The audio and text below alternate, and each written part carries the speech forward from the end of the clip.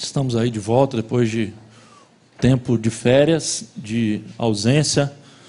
Podem ter certeza aí que foi um tempo também de muita saudade de todos vocês. É engraçado que a gente pode estar descansando, mas contar um segredo para vocês de pastor.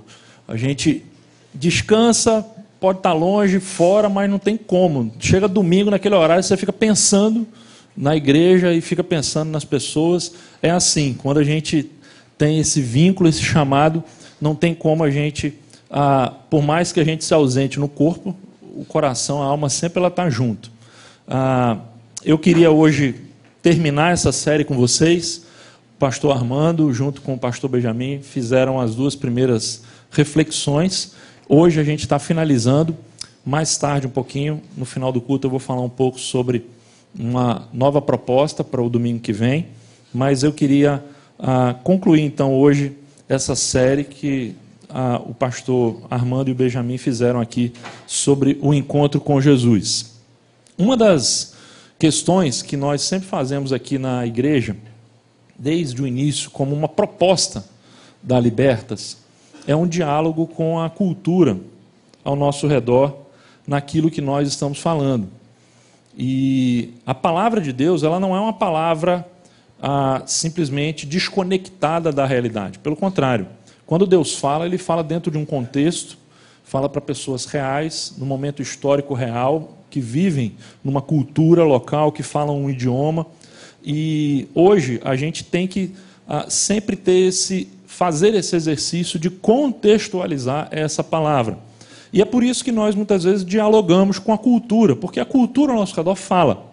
E uma das formas que a cultura fala é justamente através de filmes, de músicas que estão aí na boca do povo, que as pessoas cantam, que se torna uma espécie de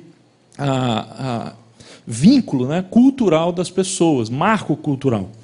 E quando a gente pensou nessa série do encontro, uma música,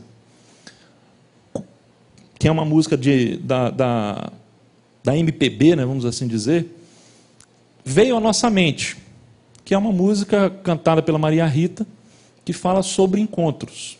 E eu queria hoje, nessa proposta de fazer um diálogo e fazer talvez um fechamento, um resumo daquilo que já foi dito, colocar essa música para a gente dar uma olhadinha. Então vamos prestar atenção na letra. Eu acho que ela traduz um pouco essa questão dos encontros, tá bom? Vamos lá?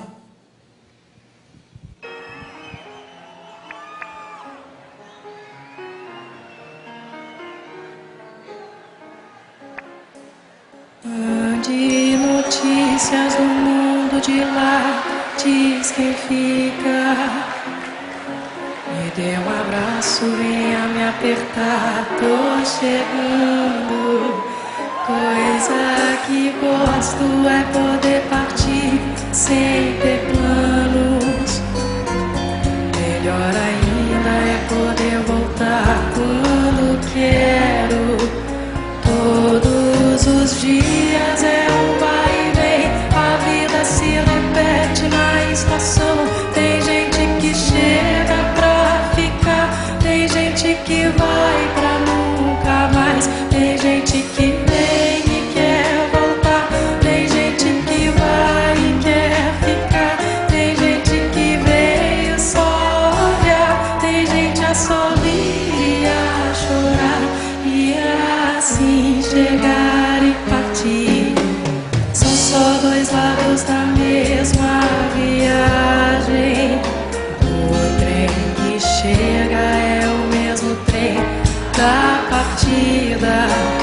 A hora do encontro é também despedida. A plataforma dessa estação é a vida desse meu lugar, é a vida desse meu lugar, é a vida.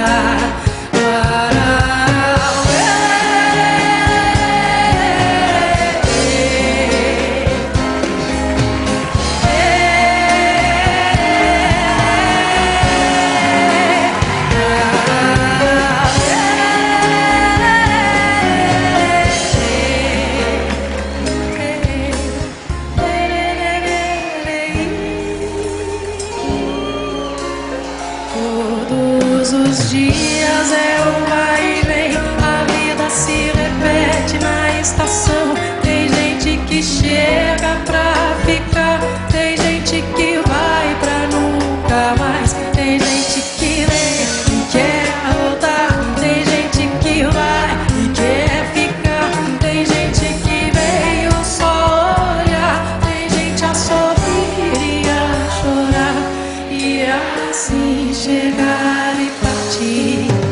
São só dois lados da mesma viagem. O trem que chega é o mesmo trem da partida. A hora do encontro é também despedida. A plataforma dessa estação é a vida desse meu lugar. É a vida desse meu lugar. É a vida. É a vida desse meu lugar.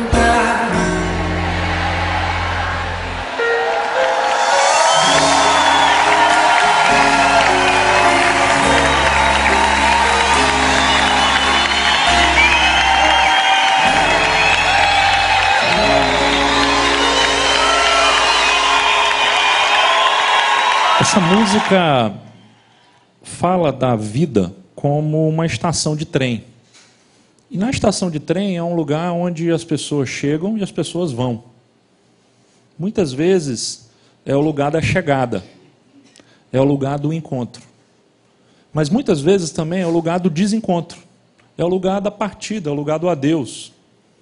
E muitas vezes a nossa vida é assim. Os encontros acontecem e os desencontros também acontecem. Seria muito bom se eu viesse aqui para falar só de encontros. Mas a verdade é que, na experiência de cada um de nós, nós também temos os nossos desencontros.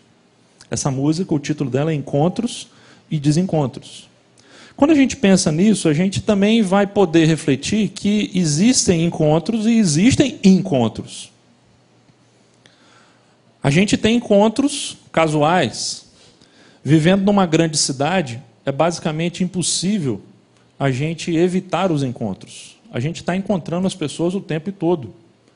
Você encontra as pessoas no elevador, você encontra as pessoas na garagem do seu prédio, você encontra as pessoas no trabalho, na rua, quando vai na padaria, na igreja.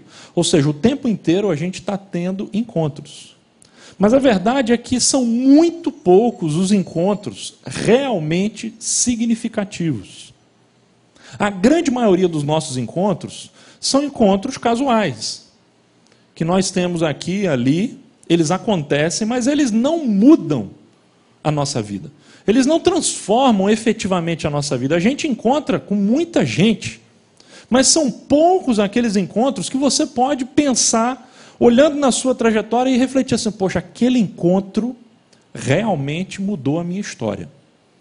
Aquele encontro, por mais que tenha havido depois uma despedida, um adeus, mas aquele encontro, ele mudou a minha rota. E quando a gente pensa na série, na ideia, na proposta de encontro com Jesus, é justamente porque as pessoas que tinham um encontro com Jesus, elas experimentavam uma transformação permanente na sua vida. Era praticamente impossível alguém simplesmente ter um encontro, por mais casual que fosse, que não mudasse a sua vida depois de cruzar com esse homem chamado Jesus. Essa foi a proposta. Já tivemos 2 encontros falando sobre alguns encontros que Jesus teve. E hoje eu queria concluir falando sobre mais uma história e refletindo um pouquinho com vocês nessa dimensão da transformação do encontro, sobre as dimensões terapêuticas de um encontro com Jesus. Porque uma das coisas que o encontro com Jesus faz é produzir cura na nossa vida. E eu queria falar sobre justamente esse lado da cura que o encontro com Jesus produz na nossa vida. Não sei se você é doente. Pode ser que você seja doente do corpo mesmo, você está aí com a doença. Mas pode ser que você seja doente da cabeça, ou doente da alma. A verdade é que todos nós temos um pouco de doença dentro de nós mesmos. Todos nós somos um pouco doentes. E aí a gente vai olhar essa história em Marcos, no capítulo 5. Uma pessoa, um homem, profundamente doente. Talvez uma das histórias mais gráficas que a gente tem nos evangelhos é essa história, uma das histórias mais gráficas, sobre a cura de um endemoniado. E eu queria ler para a gente poder refletir um pouquinho nessa história. Marcos, capítulo 5, do versículo 1 ao versículo 20. Se você tiver aí a Bíblia, você pode acompanhar. A gente vai colocar o texto ali na tela também. E a gente tem algumas Bíblias aí, se você quiser é só levantar a mão que vai chegar uma Bíblia pertinho de você, tá bom? Veja só o que diz o texto, o Evangelho de Marcos, capítulo 5. Eles atravessaram o mar e foram para a região dos Gerazenos. Quando Jesus desembarcou, um homem com um espírito imundo veio dos sepulcros ao seu encontro. Esse homem vivia nos sepulcros e ninguém conseguia prendê-lo, nem mesmo com correntes.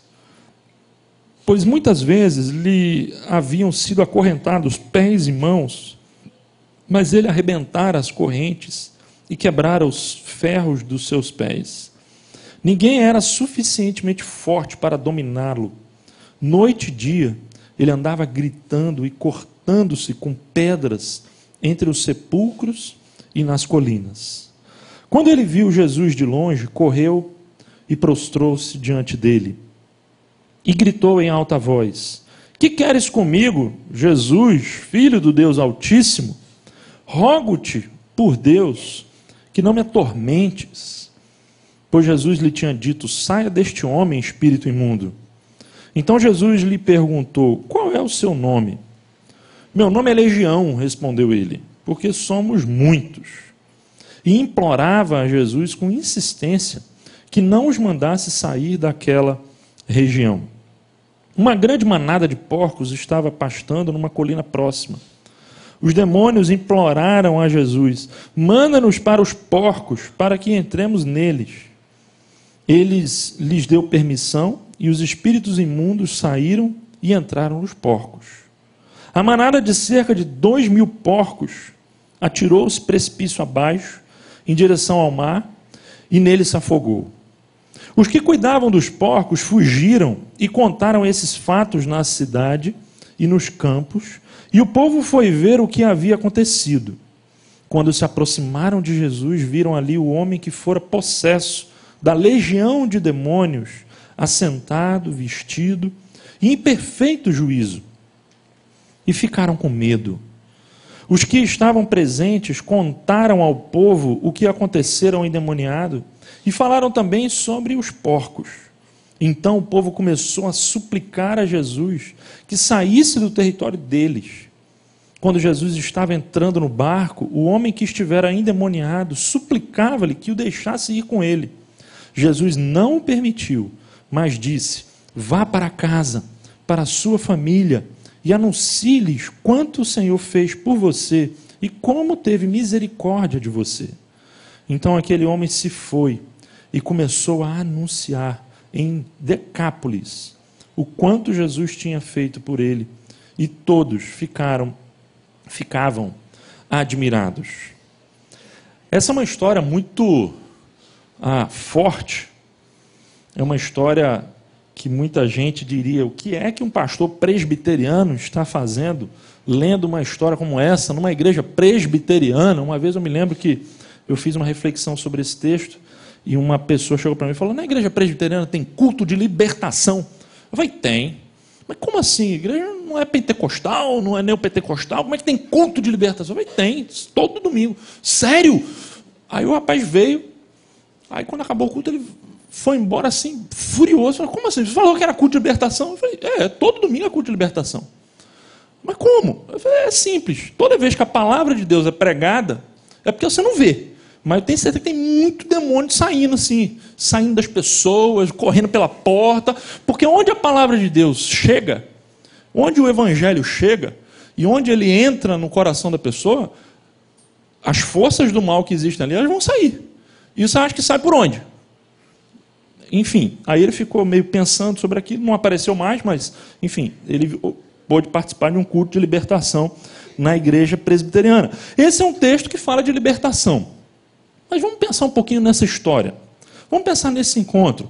Vamos pensar aonde começa essa história. O texto diz para a gente que quando Jesus desembarcou, e ele desembarcou numa região que era a região da Galileia, mas a Galileia você sabe que é um mar, é um grande lago, e de um lado desse lago havia ali um povoado judeu, e do outro lado já havia um povoado grego. Do lado oriental, vamos assim dizer, do lago, chamado Lago da Galileia, ou do Mar da Galileia, tinha uma região chamada Decápolis.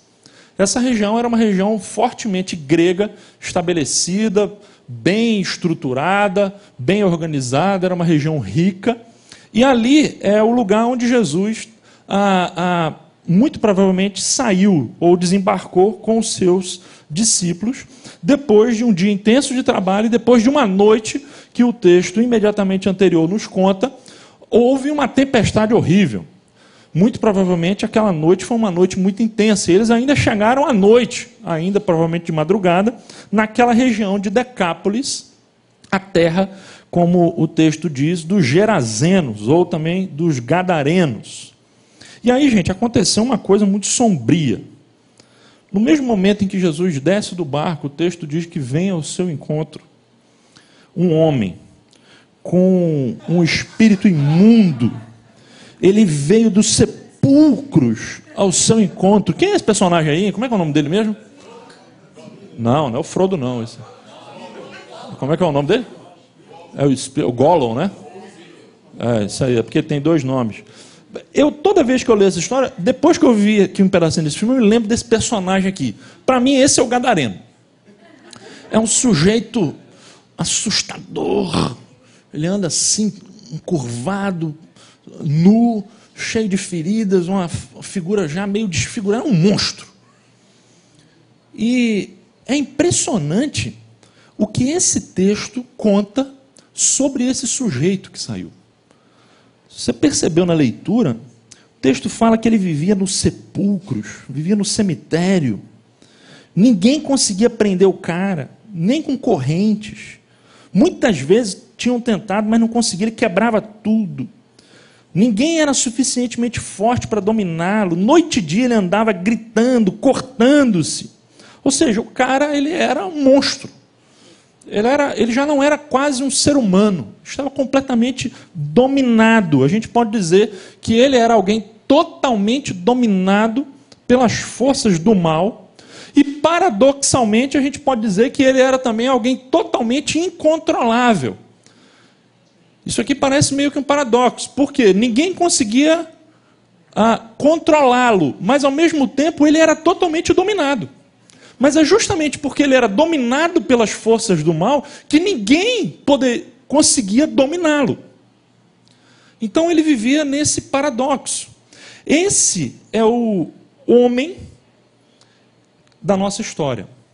Na verdade, a gente vai mais à frente dizer que essa história não é sobre esse homem, é sobre Jesus. Marcos não foi escrito, o Evangelho não foi escrito para contar a história do endemoniado gadareno. Marcos foi escrito para contar a história de Jesus. No entanto, aqui nesse momento, ele pinta o cenário mostrando essa pessoa. E aí a gente começa a trazer isso para a nossa realidade. Dificilmente algum de nós aqui se identifica ou se identificaria com esse elemento hoje.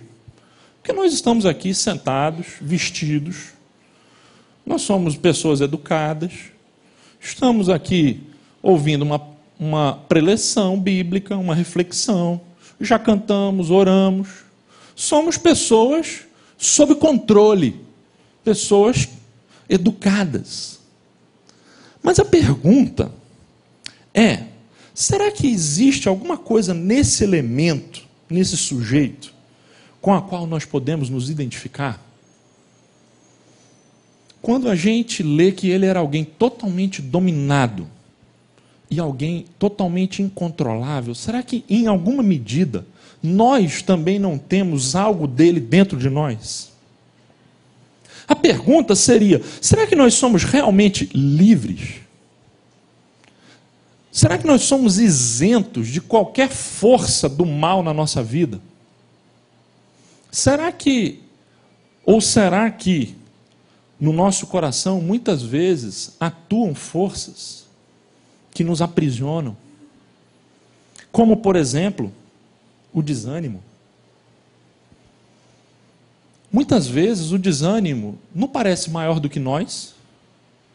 Muitas vezes quando você está numa depressão profunda, naqueles dias em que você até quer fazer alguma coisa, mas você não tem ânimo para isso. Não parece que o desânimo te controla? Não parece que o desânimo tem poder sobre você, sobre a sua vida? Ou então vamos pensar nas nossas paixões. A gente vive num mundo extremamente sensorial. E muitas vezes as paixões nos dominam.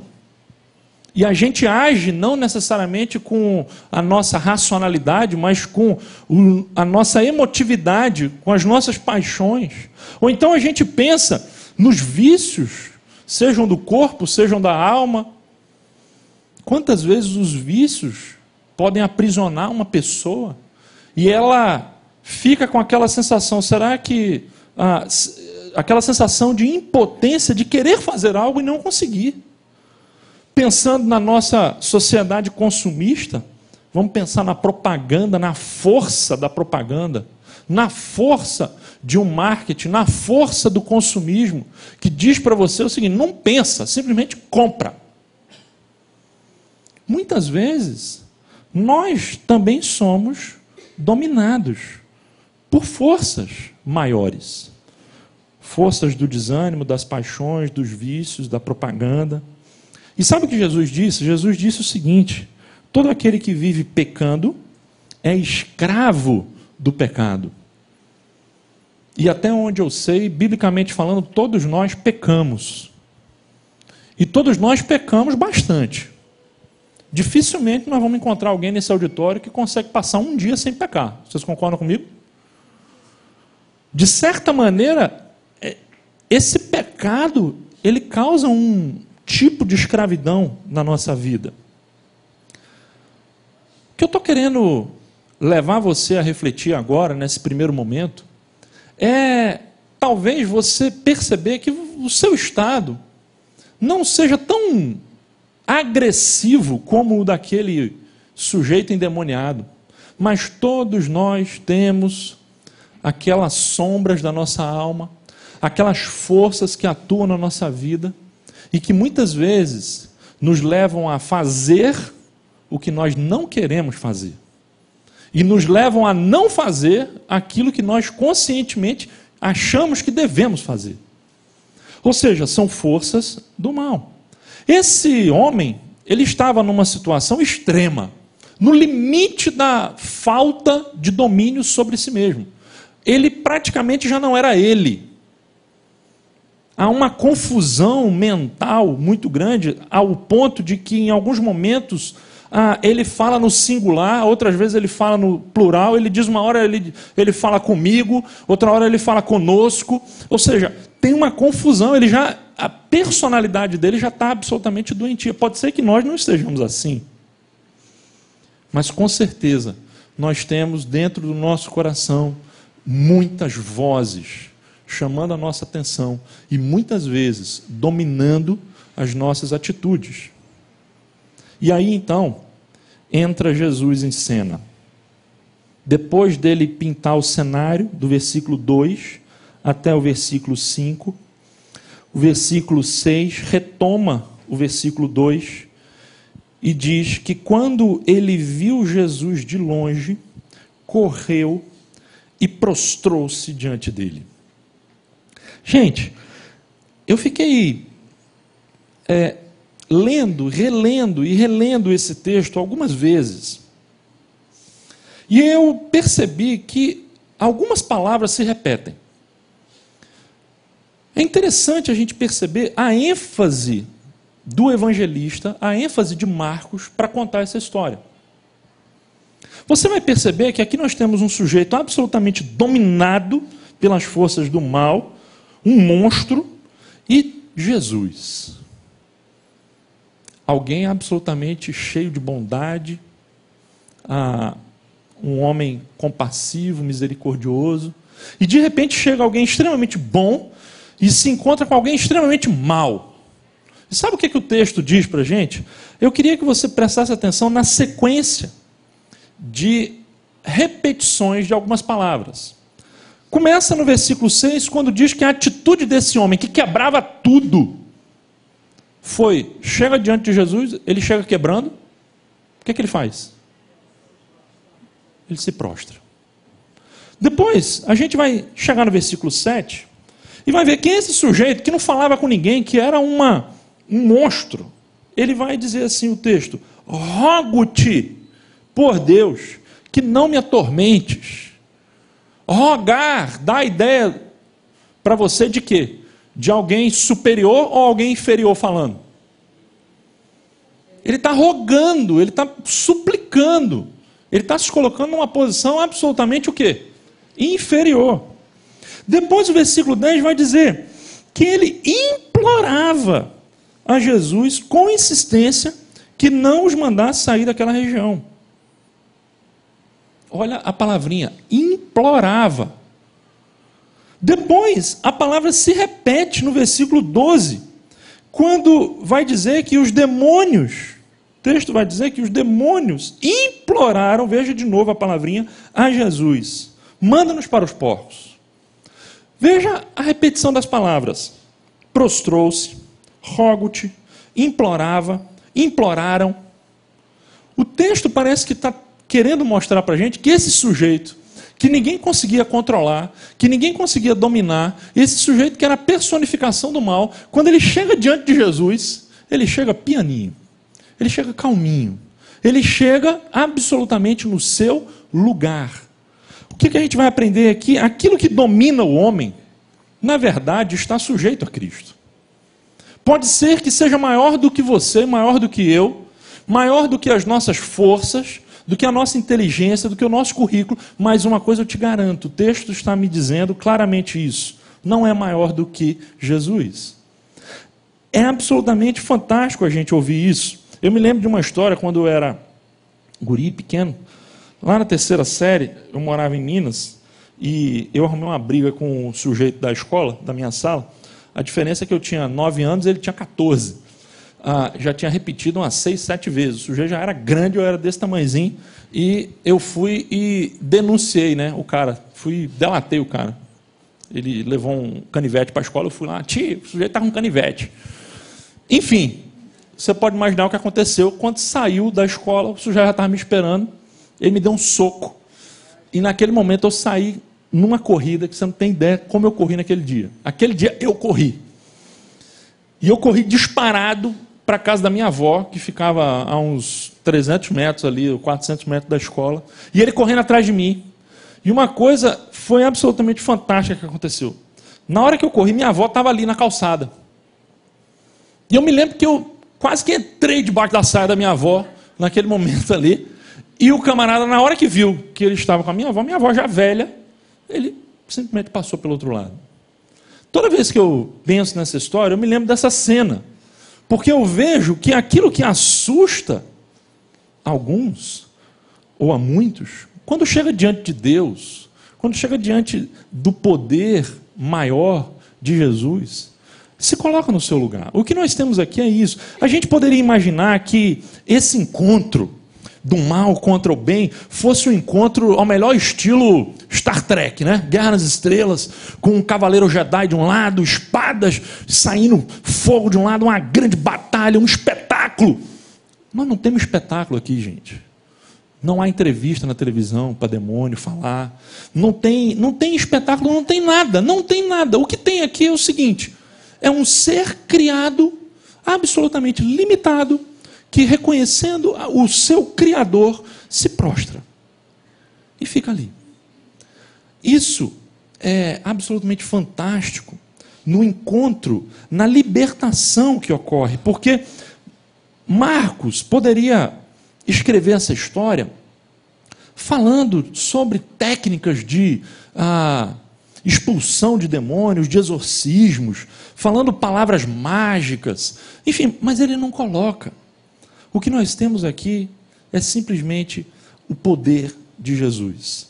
Alguém já disse que Jesus é aquele, ou Jesus, a frase era mais ou menos assim, que não há uma só polegada em todo o universo que Jesus não possa colocar o seu dedo e dizer, é meu. Não existe. Ele é o Senhor absoluto de todas as coisas. E aí a gente traz para a nossa vida, e a gente precisa entender isso. Jesus é o Senhor absoluto da sua vida, da minha vida. Todas as coisas podem estar fora do nosso controle, mas não estão fora do controle dele. E quando acontece esse encontro, o encontro de um homem dominado pelo mal com o Senhor de todo o universo, as consequências a gente vai muito claramente descobrir aqui no texto. Porque, veja só o que o texto 15 vai dizer. Eles viram ali o homem que fora possesso da legião de demônios, assentado, vestido e em perfeito juízo. Existe aqui um antes e um depois. O antes foi muito claro, a gente já falou sobre ele. Alguém dominado, alguém incontrolável, alguém alienado, comportamento autodestrutivo. E o depois é que todo mundo olha para esse sujeito e ele está como? Do mesmo jeito que você está aqui hoje. Assentado, vestido e em perfeito juízo. Se a gente fizesse aquela brincadeira do antes e depois, né? Já viu aquilo na televisão? Bota um cara assim bizarro, aí depois leva um cara para fazer um tratamento de beleza, 6 meses, 7 e tal, aí aparece o cara novinho em folha. Esse antes e depois impressiona a gente. Mas isso não é nada comparado a esse antes e depois de Jesus. Porque o que mudou aqui não foi só o exterior dele. O que mudou foi a sua essência. O que mudou é que a partir desse momento, desse encontro com Jesus, houve uma restauração física, psicológica, social e em qualquer outra dimensão que você puder imaginar. Houve ali uma restauração absoluta, completa na vida daquele homem. Ele teve um encontro com Jesus e isso realmente transformou o ser dele. Agora ele já não é mais definido pelo mal, mas agora ele é definido pelo encontro que ele teve com Jesus. Mas o texto é muito rico. Na verdade, esse embate houve aqui nos versículos 6, 7, até o versículo 12, 13, uma espécie de diálogo de Jesus com esse homem. Ou, diria, com as forças que o dominavam. E é muito interessante a gente perceber algumas peculiaridades coletivas que existem aqui nessa trama, nessa história. Porque, veja bem, o texto diz, no versículo 15, que quando eles viram o sujeito todo arrumadinho ali no seu perfeito juízo, eles ficaram com medo. E o povo começou a suplicar a Jesus que fizesse o quê? Que saísse do território deles. E aí você fica pensando, como é que pode uma coisa dessa? Tem um sujeito que aterroriza todo mundo naquela região, que vive nos sepulcros de noite, que ninguém consegue controlar, um perigo para as crianças, para os adultos, é um cara que ninguém consegue chegar perto dele. E de repente aparece um homem que absolutamente, de uma forma natural e rápida, cura esse homem. Esse louco, ele é colocado no seu perfeito estado de juízo. Seria de esperar que aquela multidão se maravilhasse com isso e dissesse, não, Jesus, vem para a nossa terra aqui, fica aqui com a gente precisa. Seria uma coisa fantástica. Mas o que acontece é que eles pedem que Jesus faça o quê? Vá embora. E aí você fica pensando, por que isso? Porque depois de um sinal maravilhoso, de uma cura extraordinária, aquelas pessoas pedem que Jesus vá embora, como se Jesus tivesse feito uma coisa ruim. E aí a gente vai refletir sobre algumas coisas que acontecem ali e que acontecem também na nossa sociedade, principalmente quando Jesus cura e Jesus transforma. A primeira delas é que a gente pode dizer ali que aquele povo de Decápolis estava dizendo o seguinte: Jesus, deixa o nosso endemoniado em paz. Porque nós precisamos de um endemoniado para levar a culpa pelo nosso fracasso. A verdade é que aquele endemoniado, ele era um endemoniado de estimação daquele pessoal ali. Porque tudo que tinha de ruim naquela comunidade, naquela região, na mesma hora a gente saberia dizer quem era o responsável. Quem é? É o endemoniado. Então o endemoniado era absolutamente conveniente. E eu quero dizer uma coisa para vocês. A nossa sociedade tem os nossos endemoniados. Gente que nós colocamos como um bode expiatório para levar a culpa de todos os fracassos que existem nesse mundo. No momento nós temos um deles, que é esse sujeito aí. Ó. Esse é o endemoniado do momento. São os nossos felicianos. Ou então os nossos dirceus. Ou então os nossos genuínos. Esses são endemoniados que existem na nossa cultura. E tudo aquilo que existe de ruim, a gente de cara vai dizer, o problema, ó, o Brasil desse cara não vai para frente. Só que aí a gente traz isso para um pouquinho mais perto de nós. Não vamos ficar tão longe. Você já percebeu que normalmente a gente vai ver pessoas más do lado de lá, nunca do lado de cá da nossa casa. Você já percebeu isso? Sempre é assim. Ah, não, aquele chefe ali, não tem como ser feliz com um chefe desse. Se não fosse esse chefe, estava tudo beleza.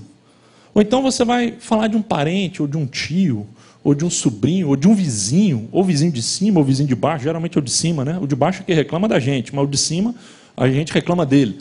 E a gente vive numa sociedade que tem o hábito de demonizar os outros.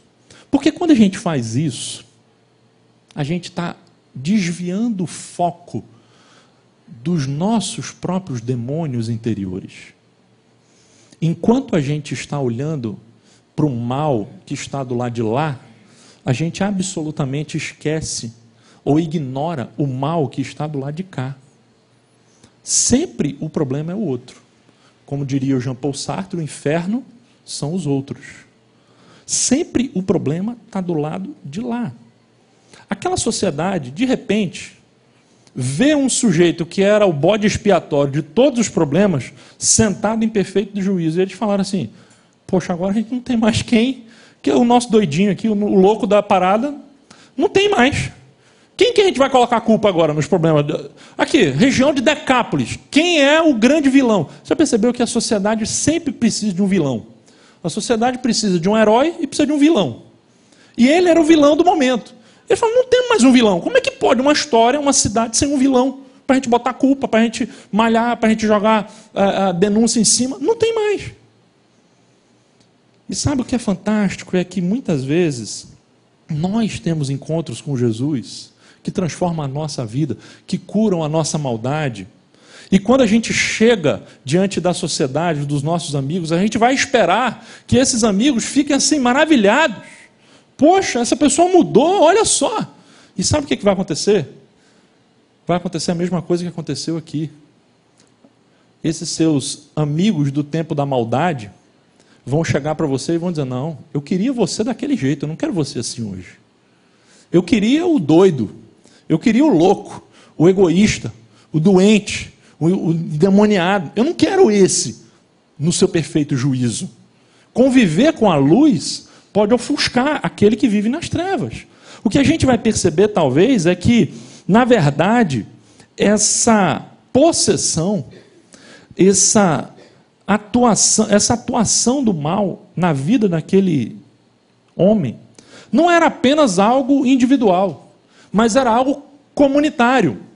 Existem alguns indícios no texto disso aqui, existe uma forte linha interpretativa que associa, por exemplo, a palavra legião Porque quando Jesus pergunta o nome, ele diz, meu nome é Legião. E quando qualquer pessoa de Decápolis, que era uma comunidade grega, com uma forte presença romana, muito provavelmente ali havia uma forte legião romana, que era um exército de 6.000 homens, uma legião, era um grupamento de 6.000 soldados, que possuíam, que dominavam aquela região. E aí, de repente, o que nós vamos entender é que não era apenas aquele homem que estava possesso, mas era o mal que de fato estava ali naquele povo. Quando Jesus autoriza aqueles demônios a entrarem em porcos, e aqui é muito interessante essa analogia dos porcos, porque no momento em que eles entram nos porcos, os porcos vão correndo para onde? Para um abismo, e eles caem aonde? No mar, e eles são o quê? Afogados. Um exército afogado no mar. Isso já aconteceu uma vez na história bíblica, não aconteceu? Vocês se lembram de uma história de um exército que se afogou no mar? Quando foi que aconteceu isso? Lembram do exército do faraó, do Êxodo? O que nós temos aqui é alguma coisa que não é à toa, talvez não seja por acaso, que Marcos, melhor dizendo, conta a história dessa forma. E aí nós vemos então um segundo momento, uma segunda consequência coletiva, é que talvez eles também, justamente por causa de toda essa influência da maldade que havia não apenas na pessoa, mas no lugar, nas pessoas dali, eles estavam dizendo, Jesus, deixa os nossos porcos em paz. Porque de repente Jesus manda aqueles demônios para um grupo de porcos, e esses porcos se perdem, e as pessoas que criavam esses porcos, e não são nem um, nem dois, nem três, era um grupo aqui, o texto diz que de 2.000 porcos, ou seja, era um belo, a gente poderia dizer que tinha uma boa produção ali de costelinha, e a coisa ali era pesada, era um verdadeiro produtor. E de repente, um camarada da noite para o dia, ele perdeu quantos porcos? 2.000.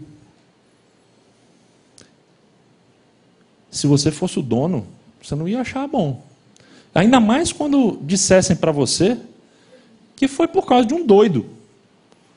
Antes deixasse o doido. Estou pouco me lixando para o doido. Estou pouco me lixando para o cara doido lá que fica andando no sepulcro, que fique. Agora, eu vou perder meus porcos por causa de um doido desse? A mentalidade é o seguinte: um porco vale mais do que uma vida humana. É isso que é isso que o texto acusa. E o que Jesus está dizendo é o seguinte: olha, entre 2.000 porcos e uma pessoa restaurada, eu fico com uma pessoa restaurada. É isso que nós estamos aprendendo aqui. Eles mandaram Jesus embora simplesmente porque eles estavam dizendo: Jesus, deixa a gente quieto aqui, porque se com um doido, com uma pessoa curada, já foi um prejuízo de 2.000 porcos, imagine o que vem pela frente, se só ficar aqui com a gente. Então, Jesus, vai embora.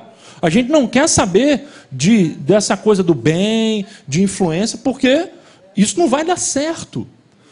Porque quando o Senhor começar a colocar ordem nas coisas aqui, a gente vai começar a experimentar uma redistribuição de tudo.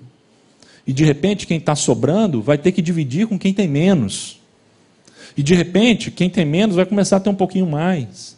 Só que isso vai causar um rebuliço social muito grande que a gente não está preparado para aceitar. Jesus, deixa os nossos porcos em paz. Deixa o nosso endemoniado em paz. Vocês estão percebendo as consequências coletivas? Porque aqui não é apenas um encontro que mudou a vida de uma pessoa e fim. Não, aqui nós temos um encontro que mudou a vida de uma pessoa, e por causa dessa pessoa que mudou, toda uma situação social é transformada.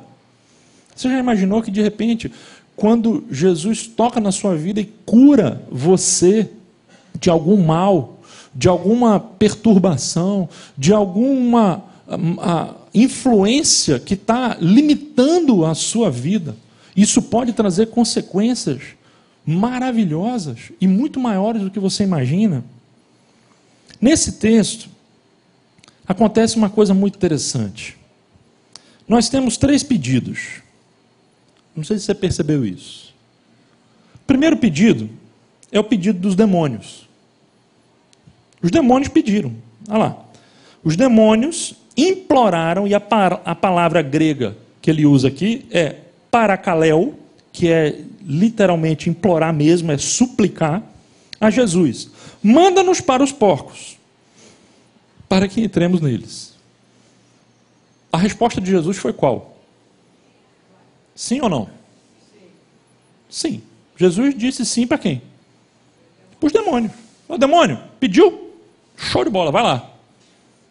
Permissão concedida, soldado. Pode ir para os porcos. Jesus disse sim. Ok. Depois nós temos o pedido dos gadarenos. Os gadarenos chegaram, então o povo começou a suplicar. E qual é a palavrinha grega que nós temos ali? A mesma do primeiro pedido, parakaleo, a Jesus que saísse do território deles. Qual foi a resposta de Jesus? Jesus atendeu ou não atendeu o pedido? Sim. Beleza. Não querem aqui? Vão embora. Não tem problema nenhum. Estou partindo já já. Só o sujeito ficou curado. Vão embora rapidinho. Os demônios pedem. Os gadarenos pedem que Jesus vá embora. Jesus diz, beleza. E nós temos o terceiro pedido. O pedido do homem curado. O homem que estiver endemoniado suplicava-lhe, e qual é a palavrinha? A mesma palavrinha, parakaleo, que o deixasse ir com ele. E qual foi a resposta de Jesus? Olha o texto que diz, no versículo 19. Jesus não o permitiu. Gente, a resposta de Jesus foi não. Isso, não sei se incomoda você, mas me incomoda. Porque o diabo pede. Aliás, essa palavrinha parakaleo é a mesma palavrinha que muitas vezes é usada e é traduzida por oração. Há muitas palavras, muitos textos na Bíblia que fala o sujeito orava a Deus, a palavrinha era parakaleo. Ou seja, o diabo faz uma oração, Jesus, atendido. O povo que não queria saber de Jesus, que estava furioso com Jesus, que queria saber mais do seu conforto pessoal, individual, do que do bem-estar comunitário, pede Jesus, ok. E chega o sujeito que foi transformado, curado, redimido, salvo, no são juízo ali, está ali, beleza ali, pede, e Jesus diz o que para ele? Isso te incomoda? Para mim me incomoda muito. A verdade, gente, é que existem sims que valem por não. E existe um não que é um sim. Você sabia disso? A Bíblia diz que Deus disciplina o filho a quem ama. E muitas vezes, Deus vai dizer não justamente como uma demonstração de amor. Ele vai dizer não para você porque ele diz assim, eu sei o que é melhor para você. E eu sei que isso não é bom para você. Ou, não importa se você não sabe, mas eu sei, é não. Soberania pura. Agora, muitas vezes ele diz sim. A Bíblia diz, por exemplo, em Romanos capítulo 1, que Deus entregou a alguns homens a sua própria sorte, para eles fazerem o que quisessem na sua vida. Deus entregou, Deus disse sim. Aqueles homens lá de Romanos capítulo 1, depois você lê esse texto, são homens que Deus disse sim para eles. Façam o que vocês quiserem fazer. Pode, quer. Não tem problema. Só que quando Deus ama, de fato, e Deus tem um propósito para a vida das pessoas, Ele vai muitas vezes dizer não. A cura, e aqui eu quero trazer para a questão do encontro, a cura, a transformação desse encontro que aconteceu com esse homem, ela não é apenas uma libertação espiritual das forças do mal, mas é também uma educação, é uma instrução que Deus, ou que Cristo vai trazer para ele em relação à sua missão. Porque a resposta de Jesus para ele é o seguinte, não, vá para a sua casa, vá para a sua família e anuncie-lhes quanto o Senhor fez por você e como teve misericórdia de você. O que nós vamos aprender disso aqui? Em primeiro lugar, é que nós somos curados pela pura graça e misericórdia de Deus. Você percebe que houve a cura, a libertação, o fato, o ato, e depois há a interpretação. Porque Jesus não faz o milagre simplesmente pelo milagre. Existe um entendimento do milagre.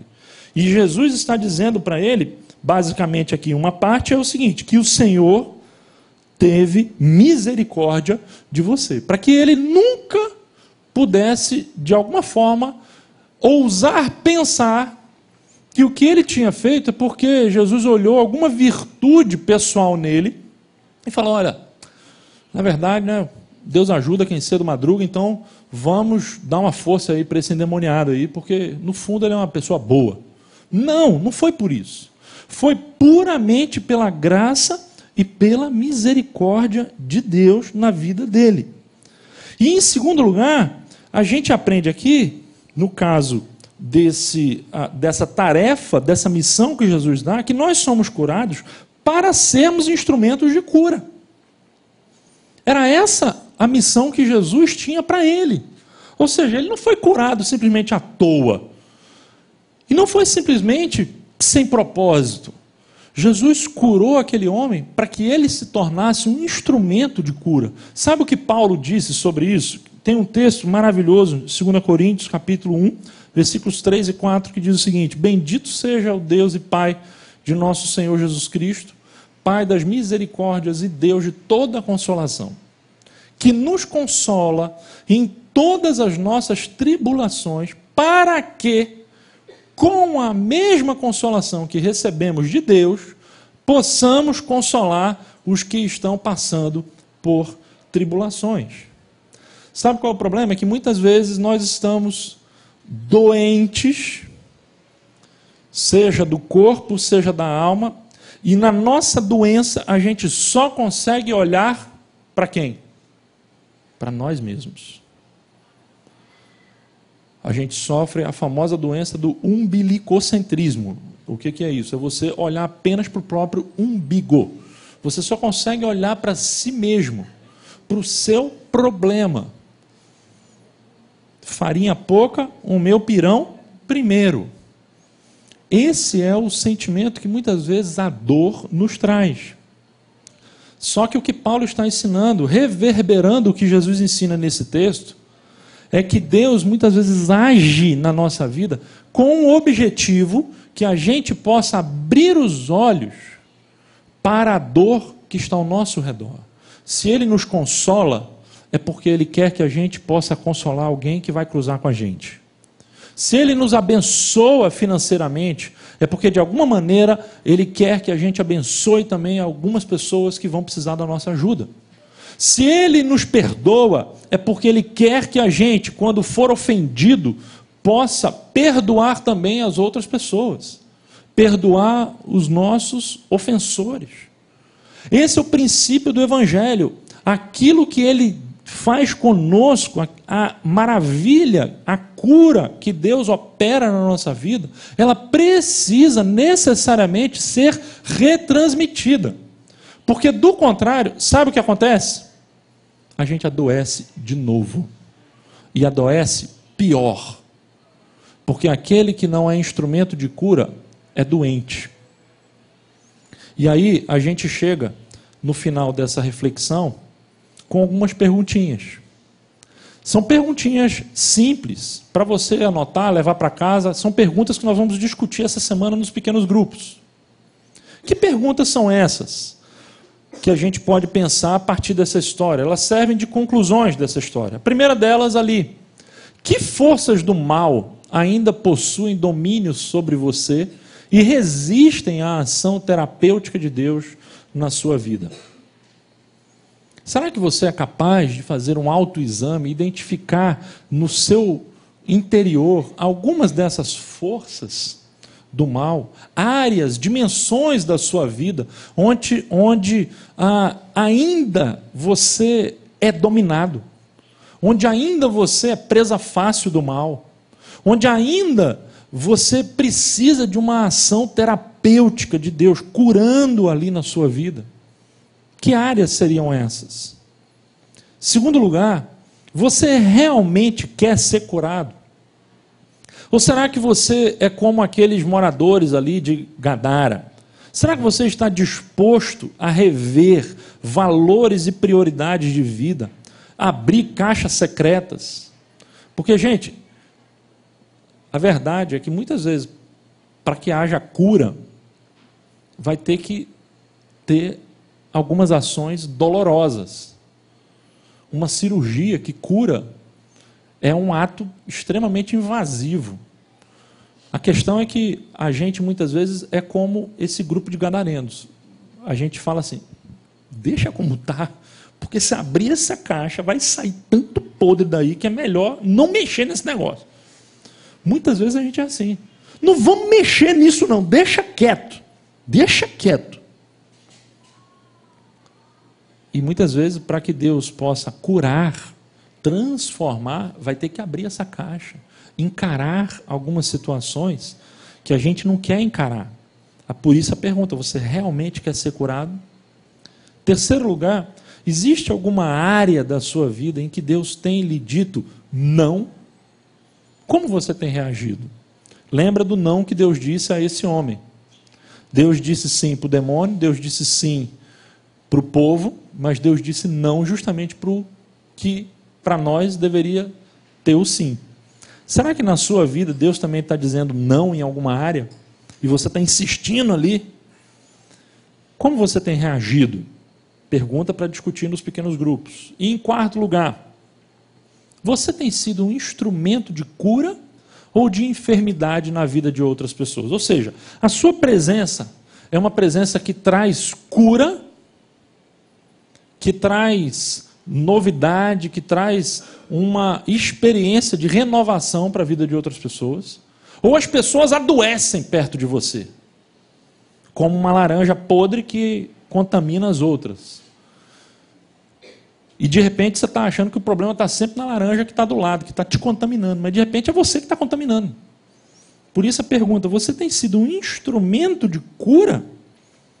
Será que a sua presença transmite cura ou traz enfermidade na vida de outras pessoas? São 4 perguntas que resumem essa dimensão ou as dimensões terapêuticas na vida ou na história desse homem possuído por esses demônios.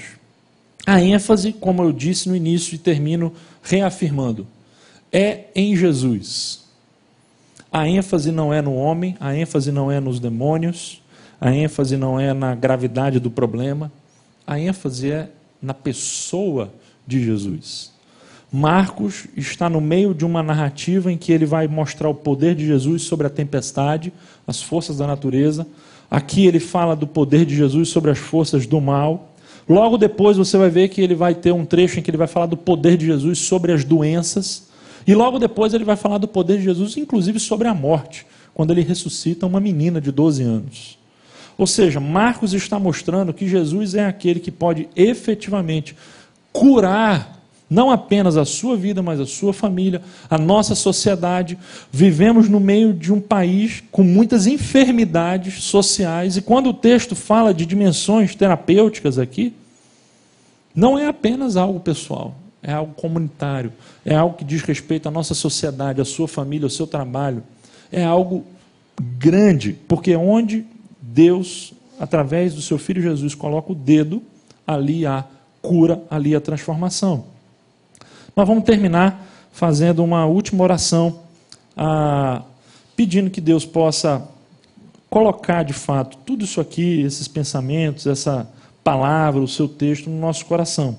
Cada um de nós tem questões próprias, cada um de nós tem situações, respostas diferentes a essas perguntas, e nós precisamos sim refletir sobre tudo isso e pedir que o Espírito Santo possa fazer essa contextualização pessoal na nossa vida. Então vamos orar, eu vou dar para você 30 segundos para você estar orando, terminando aí, pedindo que Deus aplique isso no seu coração, e eu vou fazer uma última oração aqui também, tá bom?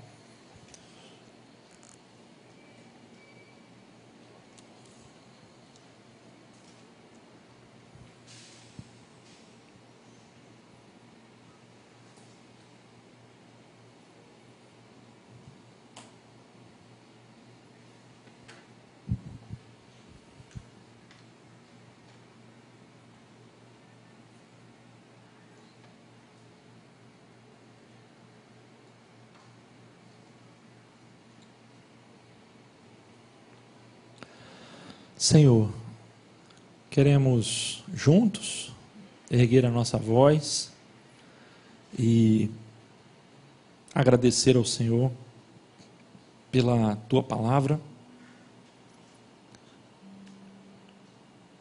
na boca do evangelista Marcos, por essa história que traz esperança para as nossas enfermidades, sejam elas do corpo, sejam elas da alma, pela esperança do poder de Jesus Cristo, que domina sobre tudo e sobre todos. Queremos colocar, Pai, tudo o que existe dentro de nós, prostrado diante do Senhor. Nós sabemos que o Senhor domina sobre tudo e sobre todos, e muitas vezes nós insistimos, agindo de maneira rebelde, evitando ceder, evitando abrir mão, evitando deixar que o Senhor controle a nossa vida, a nossa história, nosso coração. Por isso nós pedimos que o Senhor nos ajude a olhar para dentro hoje e ver aquilo que existe em nós e pedir, confiando com toda a fé, que o Senhor venha para nos curar. Todos nós precisamos de cura. Todos nós precisamos, em alguma área da nossa vida ou em muitas áreas, que o Senhor venha curar com uma ação terapêutica, transformadora. Por isso, Pai, que nenhum de nós saia daqui sem esperança nessa noite, mas que a gente saia daqui sabendo que o Senhor é maior do que as nossas patologias, as nossas enfermidades. O Senhor tem poder para restaurar, e que ainda que tenhamos que conviver com sequelas, com sinais da nossa debilidade humana, ainda assim o Senhor nos ama, ainda assim o Senhor nos usa, ainda assim o Senhor quer que sejamos instrumentos levando esperança para as outras pessoas. Abre os nossos olhos, que sejamos menos egoístas, mas atentos às necessidades dos outros, sendo instrumento de cura, de bênção para a vida de outras pessoas. É o que nós te pedimos, por amor do teu Filho Jesus. Amém.